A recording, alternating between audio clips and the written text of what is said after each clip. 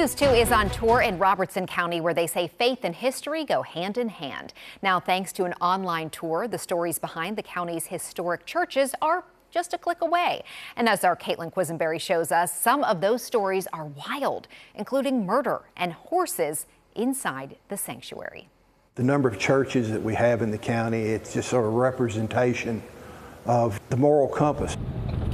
On almost every corner, churches of every denomination line Robertson County streets, showing the community's roots run deep. It didn't matter what the denomination was, it was a community church. They would all go there together. Wherever your churches were at, then the people would build around it, and that would start a lot of our communities and our little towns that we've got here. And each historic church holds its own unique history. Every one of these churches that you go into is just peace and calm and the presence of God.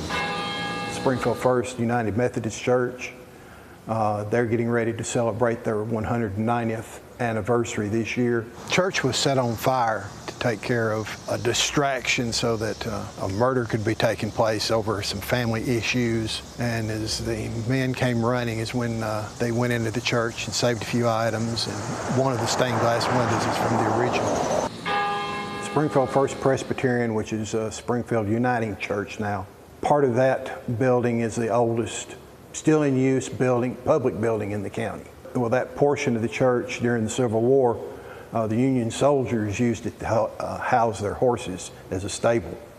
And you can still see some of the hoof prints. First Baptist, Missionary Baptist Church. This was built after the Civil War. The church itself was built in 1914. Their congregation started about 1888. And it's those stories inside these churches that a local couple is making sure we don't forget. So it was about 3 years to get to the point that we created the tour here of the maps and all like that. Walking through these churches' historic doors is like stepping back in time. And now with a phone or computer, you can take that same tour. We get in our own little niche, in our own little corner. So like I said, when you start going around driving and looking at that, hopefully it expands people and they look at the whole county and kind of expand your horizons. In 2019, Lisa and Kevin Regland toured 150 churches in Robertson County, narrowing it down to 29, featured on the online historic church tour, hosted by the Robertson County Historical Society. Of course, a lot of it was personal preference. Churches and campuses that just spoke to us.